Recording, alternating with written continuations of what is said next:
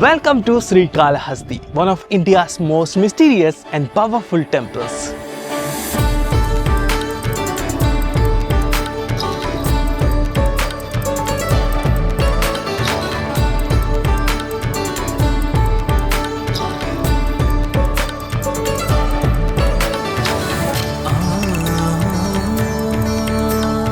This temple is the Vayu Linga, representing the element of air, and it is one of the famous Pancha Bhoota Lingas.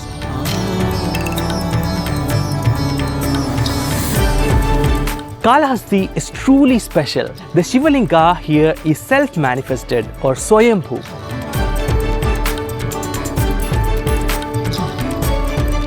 And right inside the Garbhagriha, there is an oil lamp gently flicker all the time, even though there is no breeze.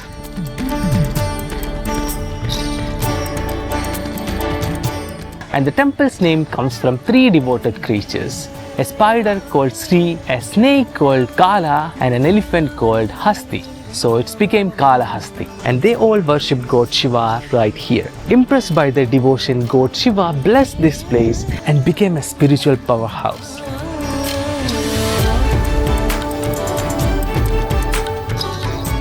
Vayu is one of the 5 elements of nature, and the remaining 4 elements also have their own temples. Ekambareswarar Temple in Kanchipuram represents the earth element. Jambukeshwara Temple in Tiruchirapalli represents the water element, and Arunachaleshwarar Temple in Tiruvannamalai represents the fire element.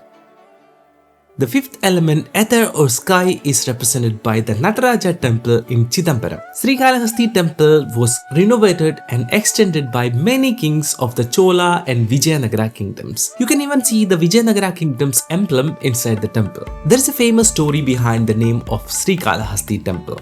A long time ago, in the Treta Yuga, a spider lived near the Garbhagriha of the Sri Kalahasti temple. Spider was a very devoted follower of God Shiva. Every day, the spider wove beautiful webs and structures with its threads to honor God Shiva. God Shiva wanted to test the spider's devotion. So he destroyed all the spider's creation and lit a lamp inside the temple's inner chamber. Watching its webs being destroyed made the spider very angry. It wanted to eat the flame of the lamp and destroy the lamp with its web. As the spider moved closer to the flame, impressed by the spider's dedication, God Shiva asked if it wanted anything. The spider asked for salvation, saying it didn't care about its own life. God Shiva happily granted the spider moksha, allowing it to become one with him. At the end of the Treta Yuga, a serpent named Kala lived in Dakshina Kailasa, now known as Sri Kalahasti. Kala was also a great devotee of God Shiva. He collected many precious gems and brought them to worship God Shiva.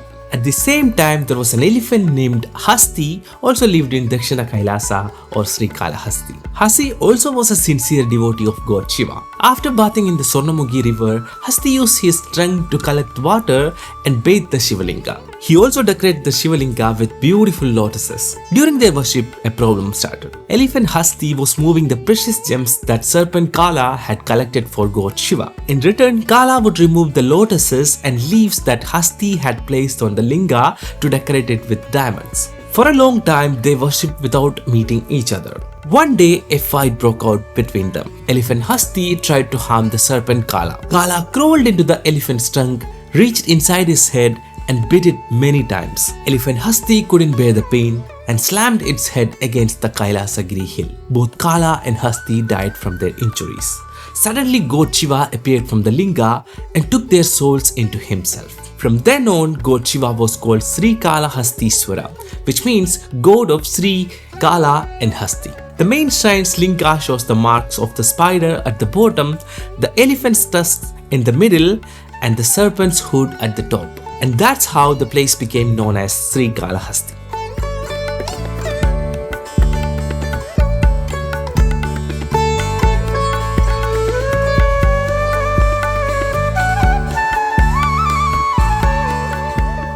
When you reach Sri Kalahasti, then first go to the Manikarnika Ghat by the Swarnamugi river, which flows on the left side of the main road, opposite the Tirumanjana Gopuram.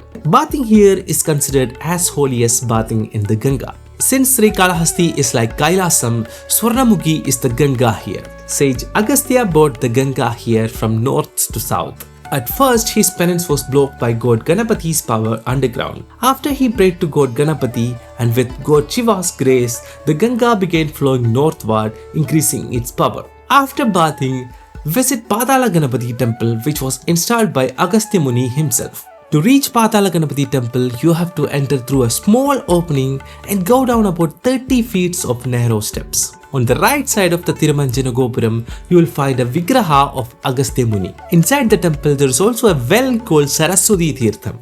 It is said to help those with speech problems if they drink it regularly, and many recent cases have shown its effectiveness. When you move further inside, you will reach Kalahastishwara Swami's shrine. There a special lamp with 2 wicks hanging in front of the Shiva Linga. These 2 wicks have been gently moving for thousands of years, showing that this is the Vayu Lingam. Even when the British tried closing off every possible opening, the wicks kept moving.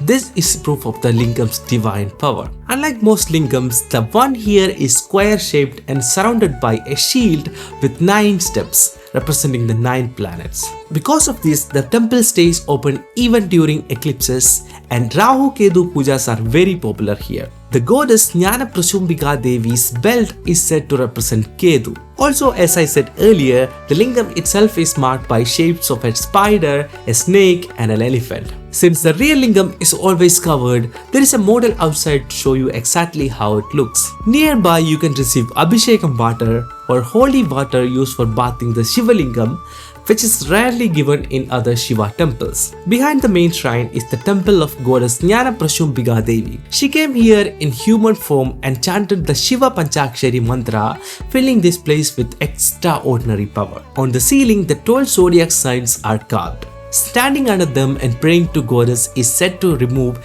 any bad effects in your horoscope. Close by, you will find 3 small openings. If you look through each one, you can see different important parts of the temple complex. Kalahastishwara Swami's Gopuram, Jnana Prashumbhika Devi's Gopuram, and the Kannappa Nayanar's temple on the hilltop. Also nearby, you can see Chitragupta Lingam shaped like a thumb installed by Chitragupta, who records our deeds. After taking darshanam, you can go outside, see the Dakshina Murti near the wall, and from the south Gopuram, climb the steps to visit Kannappa Temple on the hill. Another interesting history of this temple is related to a devotee named Kannappa. His real name was Tinna, and he was from a tribal village called Vudumuru in what is now Kadapa district. One day, Tinna and his friends went to the forest to hunt. After some time, Tinna got tired and slept under a tree. In his sleep, he dreamt that God Shiva directed him to worship a Shiva Linga located in the banks of the Swarnamukhi river. But Tinna did not take it seriously. He thought it was just a dream. The next morning, Tinna saw a boar running in front of him. He suddenly started chasing it. This boar led him to the exact spot where the Shiva Linga was, just like in his dream. The Shiva Linga was in a poor condition, covered with dust and leaves. Tinna felt sad seeing the state of the Shiva Linga, so he began cleaning it and the surrounding area. By the time his friends arrived and asked him to return to the village, Tinna was not ready to leave the Shiva Linga, so his friends went back to the village without him. From that time on, Tinna started guarding and taking care of the Shiva Linga. He hunted and brought fresh meat to offer the Shiva Linga. He used his mouth to collect water from the Swarnamukhi river and performed Abhishekam, bathing the Shiva Linga with the water. After a few days, a Brahmana came by. He saw that someone was offering meat to the Shiva Linga. Angry and upset, the Brahmana suddenly cleaned the entire area and performed Vedic rites with flowers and leaves before leaving. When Tinna arrived to worship, he saw that someone had already removed his offerings and replaced them with flowers and leaves. Tinna cleaned the Shiva Linga with its footwear and performed Abhishekam and offering in the same way as before. Next day, the Brahmana returned and saw the meat on the Shiva Linga again. Deeply devoted to God Shiva, he even questioned how the god could tolerate such treatments. That night, God Shiva appeared in the Brahmana's dream and instructed him to hide near the Shiva Linga to witness the love and devotion of a true devotee. He also told the Brahmana that he favored the hunter devotee more. Next day, the Brahmana did as God Shiva had instructed. He hid behind a pillar and watched Tinna's worship. As usual, Tinna performed Abhishekam with water he collected from the Swarnamukhi river and placed meat on the Shiva Linga. Suddenly, Tinna saw blood flowing one of the Shiva Linga's eyes. He tried many ways to stop the bleeding. He collected medicinal leaves and applied them to the eye, but nothing worked. Finally, he took his own eye with an arrow and placed it on the affected eye. Amazingly, the bleeding stopped, but the other eye began to bleed. Tinna decided to offer his second eye to the Shiva Linga. Without his eye, he couldn't see where to place it. So he marked the spot by placing his foot on the exact spot of the Shiva Linga's eye and began plucking his second eye. Seeing this true devotion, God Shiva suddenly appeared from the Shiva Linga and granted Tinna moksha or salvation. Because he offered Kannu or eye to God, he became to be known as Kannappa. One of the undated inscriptions of the temple records the history of Kannappa in 10 verses.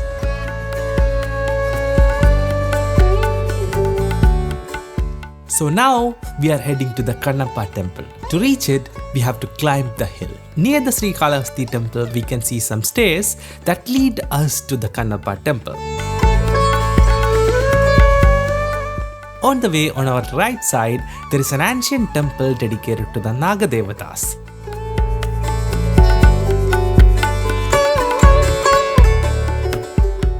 As we continue, we can also enjoy a beautiful aerial view of the Sri Kalahasti temple.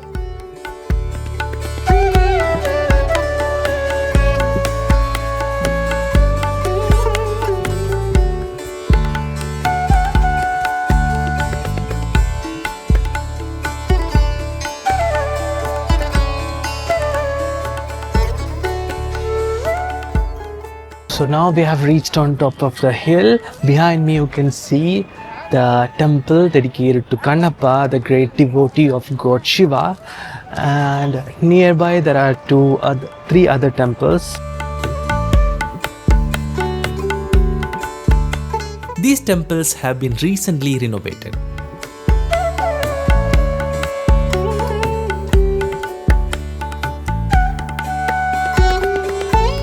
In front of the Kannappa temple, there is an amazing Dwajastampam or flagpole. From the top, we get a breathtaking view of the entire Sri Kalahasti temple complex and the Swarnamukhi river.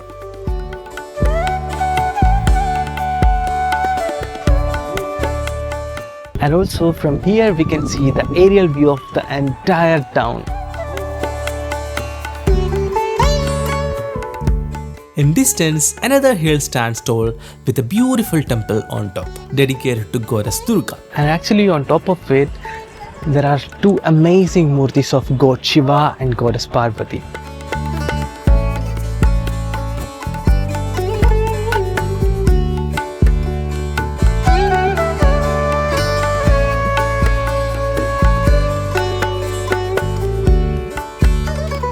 There is also another interesting story about this temple.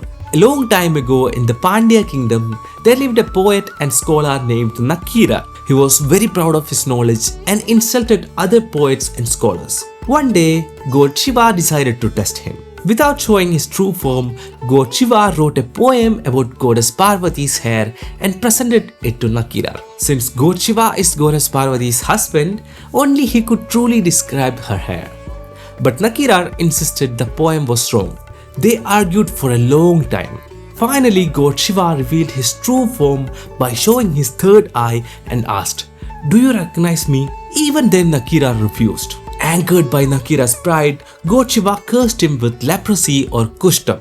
With his pride shattered, Nakkirar begged God Shiva for forgiveness and cure. Because of Nakkirar's many past sins, God Shiva told him he must travel all the way to Kailasam in the Himalayas to seek forgiveness. During this difficult journey, Nakkirar suffered greatly and prayed to God Murugan. God Murugan appeared and said, "Close your eyes. When you open them, you will step out of a river right in front of a temple.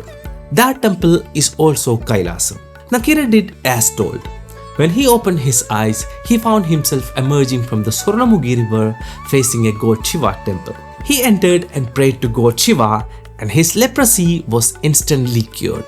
This temple, called Sri Kalahasti, also known as the Dakshina Kailasam or the Kailasam of the South.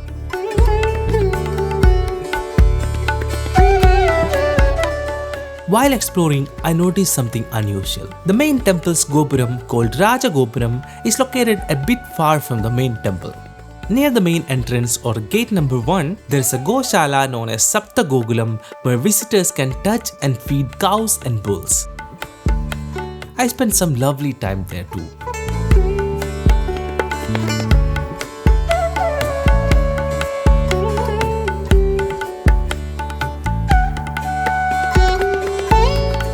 Near to the temple, we can see an amazing Tirtham which is called Bharadwaja Tirtham. It is an amazing huge Tirtham. So let's go and see this.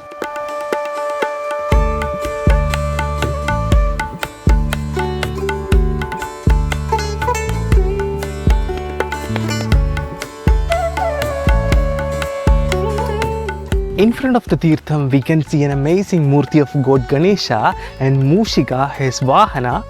And also, the center of the Tirtham, there is a Mandapam which has also God Ganesha Murti.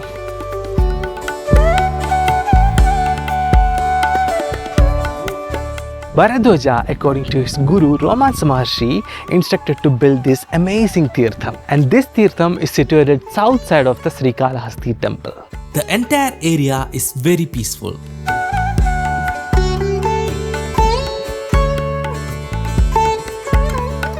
And nearby the Tirtham, we can see the Murtis of God Rama, God Sita, God Hanuman and God Lakshmana. And also we can see an ancient God Shiva temple near to the Tirtham.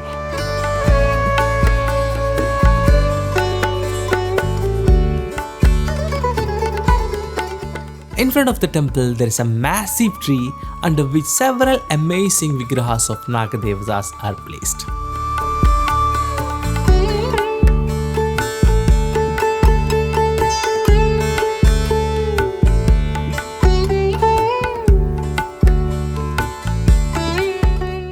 Opposite the God Shiva temple, there is a samadhi of a saint known as Sri Shiva Shankara Venugopala Swami Vrindavanam. Along the way, there are several ruins of ancient temples.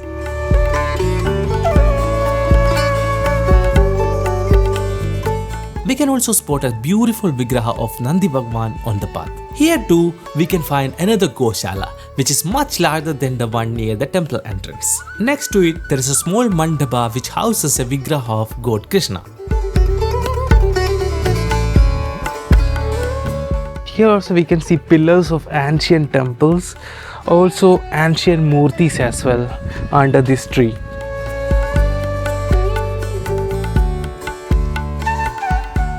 Most of them are broken murtis. And here is the Nandiji Murti. And we have Ganeshji Murti, God Mahavishnu, God Bhairava, Kala Bhairava, God Ganesha. Here we can see goddess. Some are broken and some are not broken.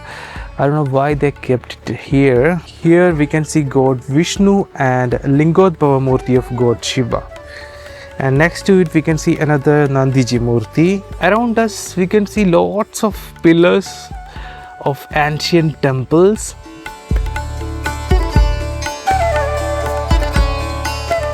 In front of the Tirtham we can see an amazing park as well. Most of the devotees miss this amazing Tirtham and this park. So if you are coming Kalahasti temple, it's a must visit place.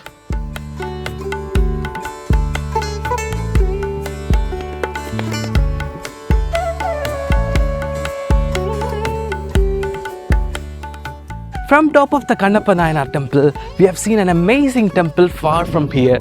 So we are heading to that temple and let's see which temple is that and which deity is worshipped there. So guys, we are about to reach to the amazing temple. So this is the temple we have seen from the top of the Kannappa temple. So in front of the temple there is a board which says it is a God Shiva temple. It's Nilakanteshwara Swami temple. So let's go inside.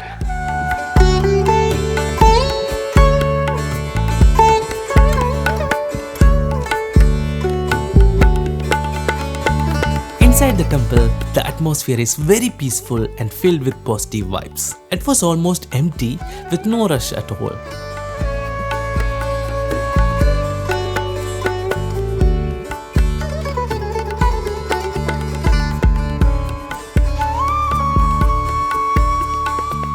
and it was an amazing temple. It was not so far from Sri Kalahasti Temple. It's a walkable distance. You can also come here when you visit Sri Kalahasti Temple.